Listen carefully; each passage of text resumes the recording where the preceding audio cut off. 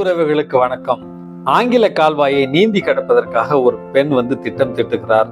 அது ஒரு கின்னஸ் சாதனையாகவும் அறிவிக்கப்படுகிறது. தன்னுடைய பாதுகாப்பு அதிகாரிகளோடு அந்த நீச்சலை தொடங்குகிறார். அந்த கால்வாயை அவர் நீந்தி கடந்து கொண்டிருந்த நேரத்துல திடீரென்று அவருக்கு மனச்சோர்வு ஏற்படுகிறது. ஐயோ, இனிமேட்டு நம்மளால முடியாது அப்படி என்று தன்னுடைய முயற்சியை கைவிட்டு மயங்கி விழுகிறார்.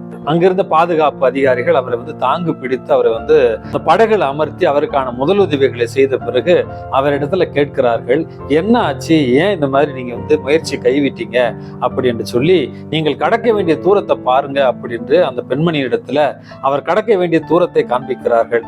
பல கிலோமீட்டர் தாண்டி வந்த அவரு இன்னும் ஒரு 5-6 மீட்டர் மட்டுமே தூரம் இருக்கிறது. அதை கடப்பதற்கு அவரால் முடியவில்லை. சோர்ந்து மயங்கி விட்டார். என்ன காரணம் என்று கேட்ட நேரத்துல அவர் சொன்னாராம், பல கிலோமீட்டர் கடந்த எனக்கு ஒரு சின்ன சிக்கல். என்னுடைய கண்களை நான் கரைகளில் பதிக்கவில்லை. கரைகளில் பதித்திருந்தால் நான் கடக்க வேண்டிய தூரம் இவ்வளவுதானா அப்படின்னு கடந்திருப்பேன்.